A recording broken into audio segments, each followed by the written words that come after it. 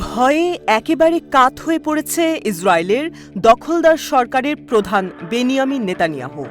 এমনকি কোনো গুরুত্বপূর্ণ সিদ্ধান্ত নিতেও এখন পুরোপুরি অক্ষম, যার ফলে রাফাতে বিজয়ের বিন্দুমাত্র সম্ভাবনাও দেখতে পাচ্ছে না ইসরায়েলি সরকার। এমনটি জানিয়েছে ইসরায়েলের গণমাধ্যম। ইসরায়েলের মারিভের প্রকাশিত একটি নিবন্ধে বলা হয়েছে, নেতানিয়াহু দীর্ঘদিন ধরে ইসরায়েলের জন্য একটি বোঝা হয়ে উঠেছে এবং তাকে তার অবস্থান থেকে দ্রুত সরে আসার জন্য কঠোরভাবে বলা হয়েছে। নিবন্ধটিতে দ্বিতীয় বিশ্বযুদ্ধ চলাকালীন প্রাক্তন ব্রিটিশ প্রধানমন্ত্রী নেভিল চেম্বারলেইনের উদাহরণ টেনে বলা হয় যে ব্রিটিশরাও তাকে তার অবস্থান থেকে সরিয়ে দিয়েছিল, কারণ সেটি ছাড়া তাদের কোনো উপায় ছিল না। কিন্তু এর মানে এই নয় যে তারা চার্চিলকে পছন্দ করত, বরং চেম্বারলেইনের চরম ব্যর্থতাই ছিল মূল কারণ। নিবন্ধতে আরও বলা হয় যে হেগের আন্তর্জাতিক অপরাধ আদালত থেকে নেতানিয়াহুর বিরুদ্ধে গ্রেপ্তারি পরোয়ানার যে হুমকি এসেছে তা তাকে রাফাতে ইসরায়েলের সর্বশক্তি দিয়ে হামলা করার মতো কঠিন সিদ্ধান্ত নেবার দিকে ঠেলে দিচ্ছে।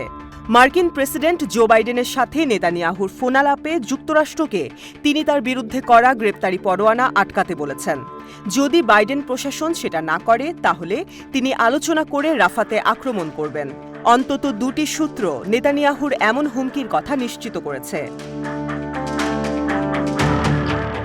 বুধবার প্রকাশিত অ্যাক্সিওসের প্রতিবেদনও একই কথা বলছে যে ইসরায়েল সরকার বাইডেন প্রশাসনকে সতর্ক করেছে, যদি আন্তর্জাতিক অপরাধ আদালত ইসরায়েলি নেতাদের বিরুদ্ধে গ্রেপ্তারি পরোয়ানা জারি করে তাহলে তারাও ফিলিস্তিনের ওপর পাল্টা প্রতিশোধ নেবে, যা আরেকটি বিশাল ধ্বংসযজ্ঞ ডেকে আনবে। বর্তমানে আইসিসি গাজা উপত্যকায় 2014 সালে সংঘটিত যুদ্ধাপরাধের তদন্ত করছে, তবে তারা কোনো ব্যক্তির বিরুদ্ধে কোনো শাস্তিমূলক সিদ্ধান্তের কথা এখনও জানায়নি। তারা তাদের এই তদন্তে বিগত 7 অক্টোবরের ঘটনাসহ বর্তমানে চলমান যুদ্ধকেও অন্তর্ভুক্ত করেছে। ইসরায়েলি দুই কর্মকর্তার মতে গত কয়েক সপ্তাহ ধরে ইসরায়েল মার্কিন যুক্তরাষ্ট্রকে জানিয়ে যাচ্ছে যে ফিলিস্তিনি কর্তৃপক্ষের কর্মকর্তারা ইসরায়েলি নেতাদের গ্রেপ্তারি পরোয়ানার ব্যাপারে আইসিসির প্রসিকিউটরকে চেপে ধরছে এবং এই ব্যাপারে তাদের কাছে গোয়েন্দা তথ্য রয়েছে। অ্যাক্সিওস আরও বলছে যে ইসরায়েলি নেতাদের বিরুদ্ধে আইসিসির গ্রেপ্তারি পরোয়ানার সম্ভাবনা সত্য এবং যদি সত্যি এমনটি ঘটে তবে ইসরায়েলি সরকার ফিলিস্তিনি কর্তৃপক্ষকে শাস্তি দেওয়ার জন্য অবশ্যই একটি আনুষ্ঠানিক সিদ্ধান্ত গ্রহণ করবে, যা সম্ভবত আরেকটি ধ্বংসযজ্ঞের সূচনা করবে।